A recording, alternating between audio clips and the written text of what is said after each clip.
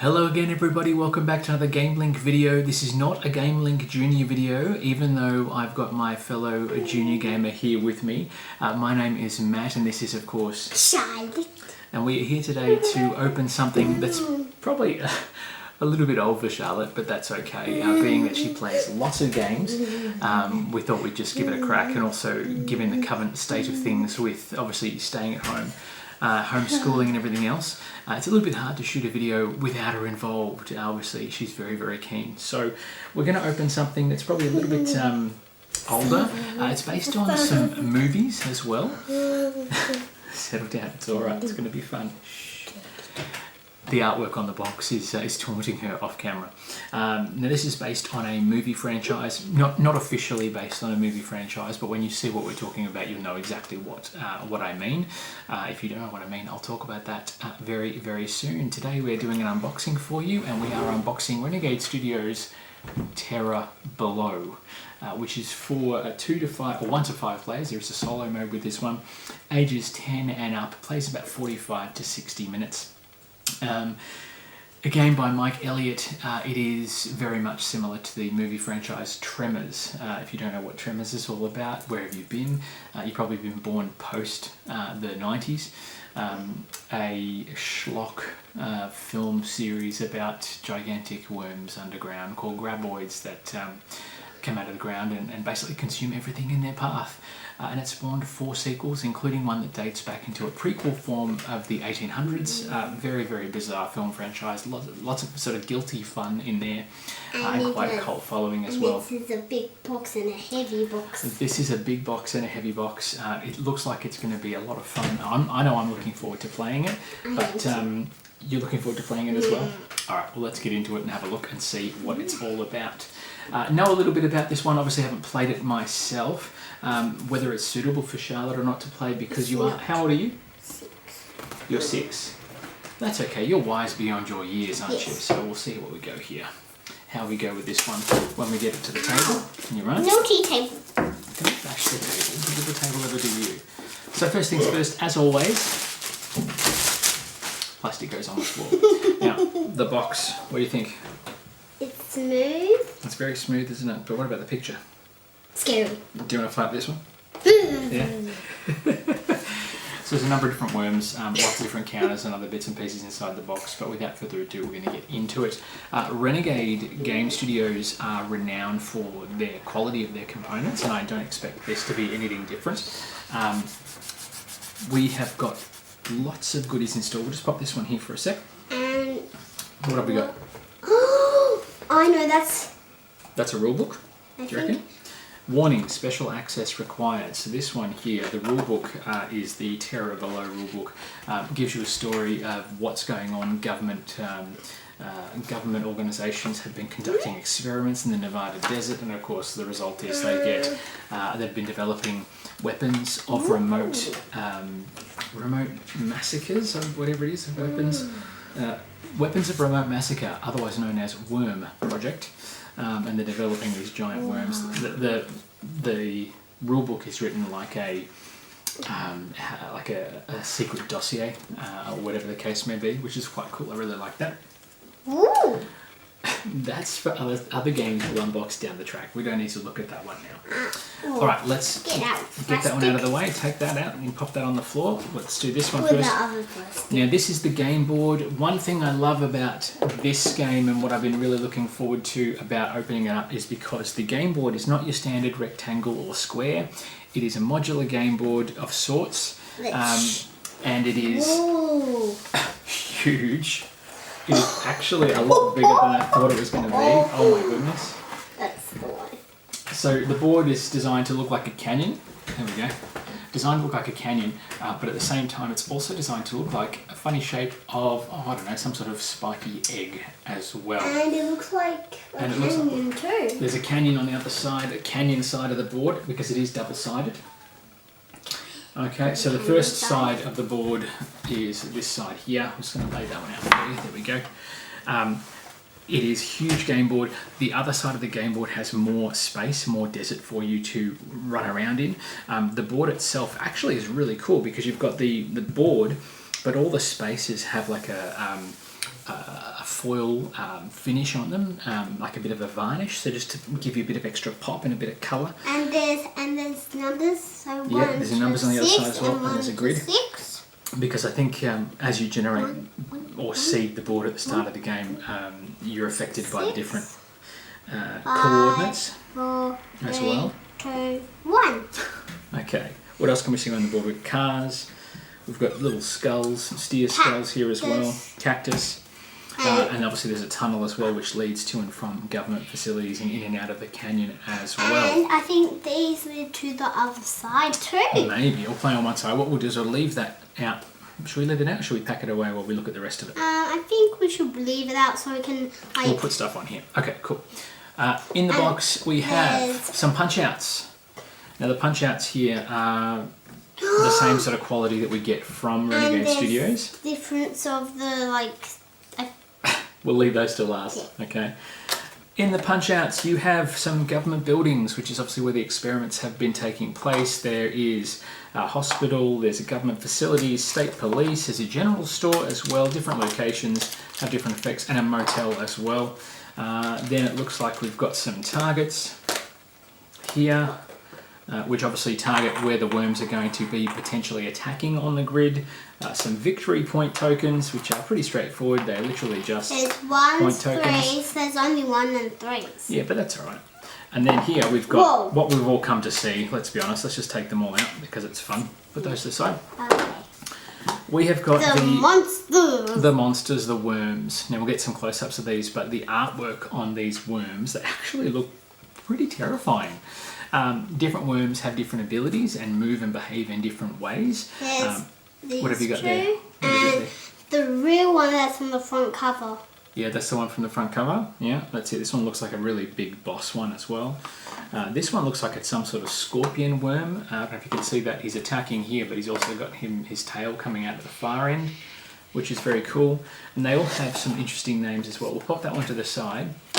What else have we got in the box? We've got the little minis to stand these up. The standees for all the different characters, or the worms, I should say. And we got the cards and the boots. Yeah, we'll have a look at the cards. Grab the other card decks out. We'll put those to the side. Oh no, the monster cards. That's okay. And these are the cactuses. They're not cactuses. I'll explain what those are. Oh. So these ones here, these little tokens, I'm going to take some out to show you, are worm eggs. So as you move around the board, the worm eggs actually get placed in different locations. You can collect the eggs. And you collect victory points for collecting the eggs, but you also get different bounty cards that reward you for delivering eggs to different locations around the board. The sculpts on these is actually really good. They're a lot bigger than I expected them to be, and they've each got slightly different designs, same basic sculpt, but slightly different designs because obviously each egg represents a different species of worm.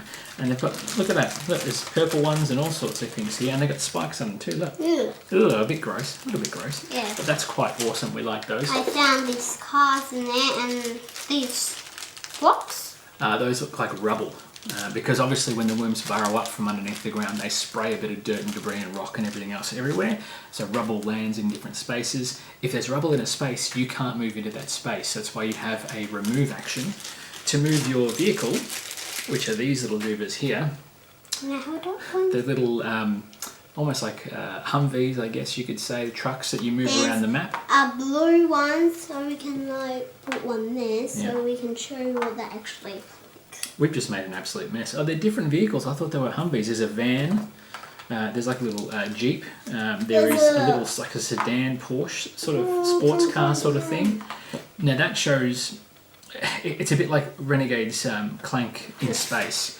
Instead of having the same meeple for everyone else, hang on one second, instead of having the same meeple for everyone else, they've gone and sculpted an individual meeple for each player. So you've got your different cars, and not only is it just different colour, it's a whole different vehicle, which I think is really, really cool. I love the individuality of it, and it gives you a sense of ownership of that particular playing piece as you move on. Let's put some around here. So You want to put rubble everywhere? Here, yeah. Hold it in. Charlotte wants to seed the board with rubble, so I'll let her do that. The rubble tokens are just literally your plastic gemstones, just in a solid colour as opposed to a translucency that you would see in other games. There's nothing overly special about them. They have a nice shine. They have a nice bit of weight to them as you set them up on the board. Here for a bit. Yep, you put them anywhere you like. But I know you can only put maximum 2 rubbles in any one space. Ooh. Okay, so you can't have multiple rubbles everywhere. And the rubble is destroyed based on the attack patterns of each of the different worms as well, which is yeah, pretty exciting to see how they behave, because you don't necessarily know which worm is underneath the dirt at the start of the game. Alright, I'll put the rubble aside. Again, another very clever thing we're finding a lot of developers doing now, they're putting the storage baggies in the box for you, so if everything gets open, particularly with cards and whatnot, you've got a place to store all the bits and pieces, which is very, very clever. We're going to open the worm deck. Yep. Get the worms out. You think you'll be alright playing this, Charlotte, or does it look a bit too scary for you? It's okay, but I'm a little bit scary about these. Yeah, the worms look a bit scary, don't they? Yeah, but Needless this to one say, looks really scary. Needless to say, Charlotte, I will not be showing you the movie Tremors that this is sort of loosely based on. There you go, plastic goes. That's alright, don't worry about that. We'll put the plastic on the floor first and we'll go through the cards. Yeah, plastic. So the worms have different names as well. So we've got a blaster worm. Oh, that's the blaster. This is the blaster worm? That's right, and that's starting coordinates, so every different card has different coordinates on it. Okay, so life and health of the worm. Blaster cards can go there. Yeah, and there's also a hand limit for the cards as well. What's this one then? Hang on, we'll go through those in a minute. The hand limit on the card is a little symbol and a yellow explosion, and if a player that lands on that space has more cards in hand than the worm allows for, the worm attacks them and attacks everyone else in that space in the vicinity at the same time. So this one is... This is a boomer, and the boomer, there you go, the boomer is that guy that we saw before. There he is. Oh yeah. The sort of serpentine, sharp stabby thing with venom on the end of his tail, scorpion-like worm. The guys who have been conducting these experiments have clearly done some crazy things, or been on a few things while they were making the designs. The cards down there? Yeah, put them down there, put them wherever, that's fine. Yeah, because those are where they actually go. So I'm going to save that one to last because that's fantastic. We've got a screamer. Screamer. A screamer worm, look. And that's this one here. No, that's this one. So the screamer worm is guarding a lot of eggs and also has about 6 different mouths literally going, wah, so I can imagine that would be quite nasty. Maybe we should leave this one to last because that's this one. I won't leave that. I'm going to do it now. Hold on to that one. That one, don't drop her because she is the queen. And she has 20 health points. Now, looking at the other ones, they all have less than 10, so she's double the health of most of the other worms. If you're able to kill her, she's worth an instant 8 points to your total. So yeah, definitely someone to go and hunt after. But the one I thought was really funny, and that's this one here. Hold that one up for me, Charlotte. That's Mrs. Tentacles, or Miss Tentacles, I should say. No, don't you go to school and call your teacher Miss Tentacles. Okay. Charlotte's teacher has the initial T, so I think that's funny on many different reasons. Oh, I'm getting in trouble now. Miss Tentacles has the least amount of health, it looks like here. I think different cards show different health points for different worms, so as you shuffle them in together, you don't know which worms are going to come up. I'll put those to the side for me. You have 4 starting worm cards in black, and they sort of kick off the game for you at an easier level, so at least then as you play the game, things get more exciting. I'll just put these ones down here. Okay. Then it looks like I've got the character cards here. So on your, as the game progresses, you start the game with 3 characters. If you're attacked by a worm and you can't defend yourself, you lose your lead character. One of the other 2 characters steps up. If you lose all 3 characters, you are out of the game. So the characters we've got, Handyman Merle. For those of you that know the movie, while these characters, there's more the characters than there would be in the film. They are very much tongue-in-cheek and a look at some of those characters. The store owner Will. There's even Shep, the farm dog, as well, who has special abilities. Taxi drivers, truck drivers, all that sort of stuff as well. So they look like player aids. Yeah, player aids. Oh, there you go. Solo mode player aid that tells you how to play the game on your own. These are just all the same. Yeah, they're all the same. They're just player cards just to help you sort out what you do on your turn. Now let's just open the cards. It looks like there's more worm cards in here, Charlotte. Yeah. Because the more worm cards, the better. Let's be honest. Yeah, but we still have to fight all the monsters to get them defeated. Maybe. Are you hoping that you can play as the worms one day and take over the world as the worms? I think we're not allowed to. And you just want to play as the worms and make sure the worms win, is that it? No. So if it was you versus me, you'd be the worms and I'd be in the little tiny truck, or you'd be the giant worms. Is that how you want it to be? Which one's your favourite? This one. The queen, because it's the biggest and the nastiest. Yeah. Would you like to be in the desert when the queen worm comes out of the ground? No way. No way, Jose. There you go. Get rid Because of that he one. will eat me. He? I mean, she will eat me. It is 2020 after all. Alright, so we've got different boots. Yeah, lots of boots. Bikes, Bike, bicycles. car. Sedan. And then we've got things like the pickup trucks as well. These are vehicle cards, motorbikes, an 18-wheeler semi. Wow, that's fantastic. There you go, more blaster cards. Okay, blaster. Where's blaster? Blaster is here. Okay, I'll just put blaster where blaster is. Good job, popping in there. So the vehicle cards allow you to move around the canyon and direct you on where to pick up different things. You can also play these face down on top of any worm to cause a distraction. So, for example, in the movie Tremors, when you make noise on the ground, that's when things come up and attack you and pull you back underneath. So in the game, the same rule applies. If you make too much noise in one area, you're going to get attacked. So you can throw down other vehicles as a distraction, and obviously the worms will sort of be split as to where they attack or where they will rise up and attack on the board. Speaking of attacking, let's have a look at the weapon cards. Weapons and items that allow you to do battle with the creatures. Can we just do that other dice? We'll have a look at the dice in a minute. Let's have a look at the cards first. Okay, yeah. Okay, so The cards I'll stick on the are... floor. Get off me, plastic. So we've got a few different cards that are in this deck, and I'll go through them all as we go. So weapon cards, things like worm pheromones to lure them to a specific location, a white hat, a black hat. So you don different hats for different special abilities as well. Like these worms, like over... Just pop them to the side, that's fine. Like one there and one over there. So you can pick up nitrous for your vehicle to help you get from one point to another a lot faster, help you leap over other vehicles. Here, and where should I put this one? I'm going to put it... Okay, so we'll put the weapon cards there, the hats and things. So donning different hats gives you different status, different effects and different abilities as well. The weapon cards here include an alien, an alien snare gun to help you attract and attack worms, grenades, incubation rays. We're going to go through those in a minute. We have to go through those. Pistols, semi-automatic rifles, and a shotgun, which probably would help a little bit.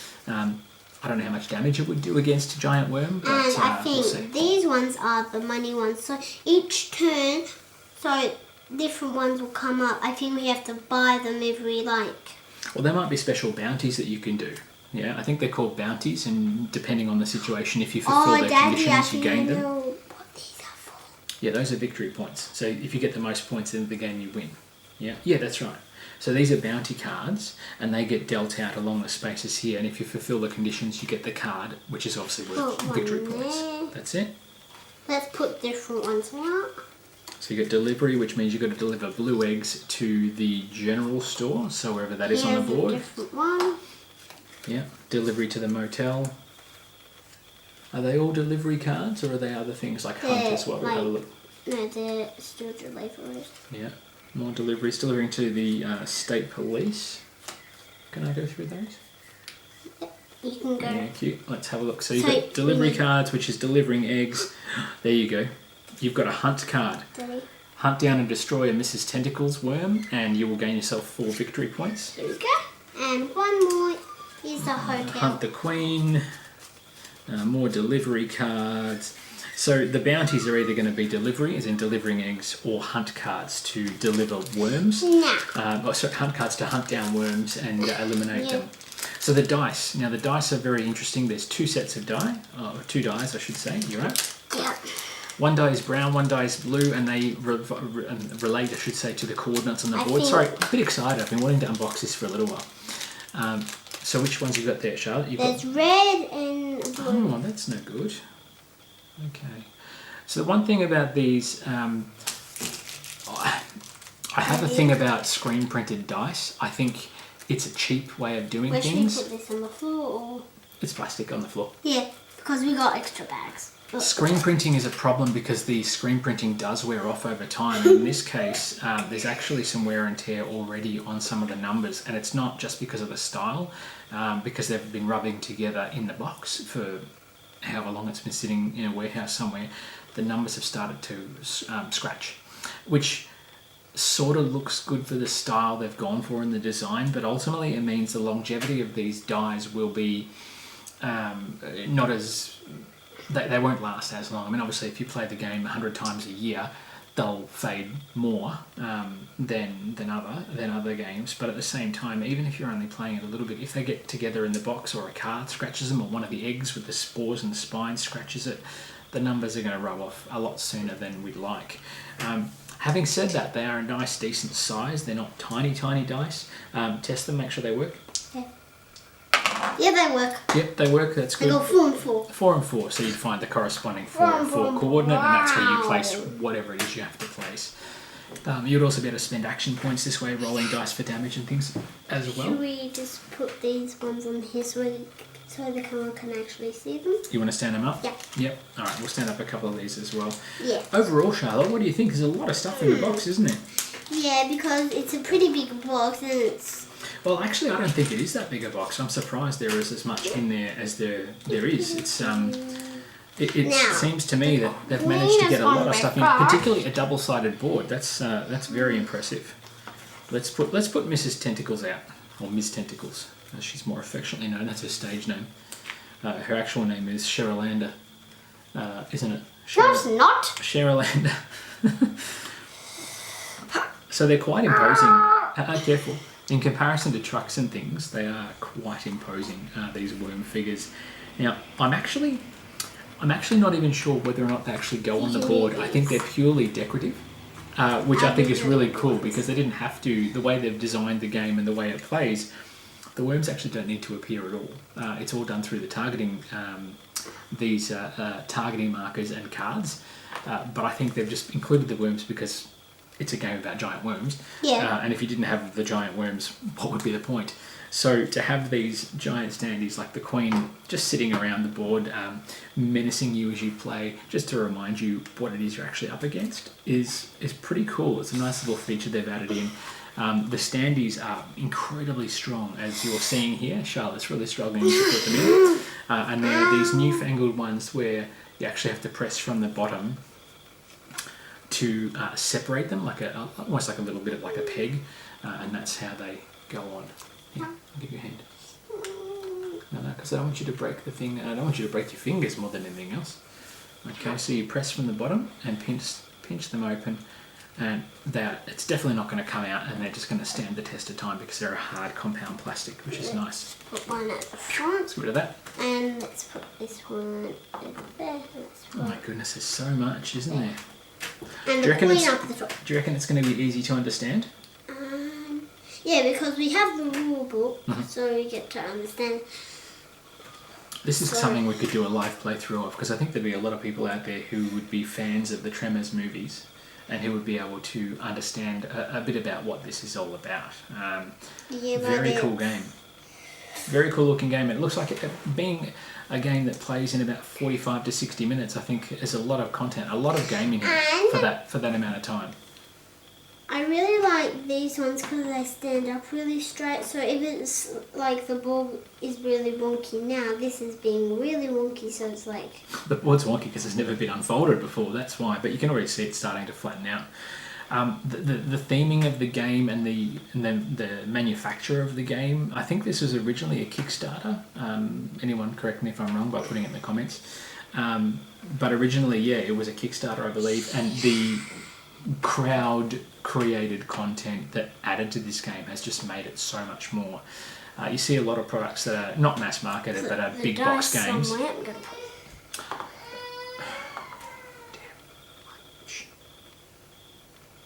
You see a lot of these things that are big box games and they're just not as wonderful as this. So it's really, really good to unbox something that's obviously been made with a lot of love. But we're pretty much ready to finish there, aren't we? Yep. Yeah. We're going to have a playthrough. We're going to have a practice. We might even do a live playthrough at some stage down the track on our channel. If you haven't already, please make sure you consider subscribing to our Patreon page as well. You'll see all the latest and greatest before they go to our YouTube channel. And you can also have a say in what videos we create as well. There is a link on our channel page. Otherwise, folks, we'll see you back at the table very soon. Let us know if you have any questions in the comments. And may all your games be good ones. Bye for now. Bye. Say bye. Bye-bye. No, say bye to them. Bye. We're going to go clean up some plastic. Bye for now.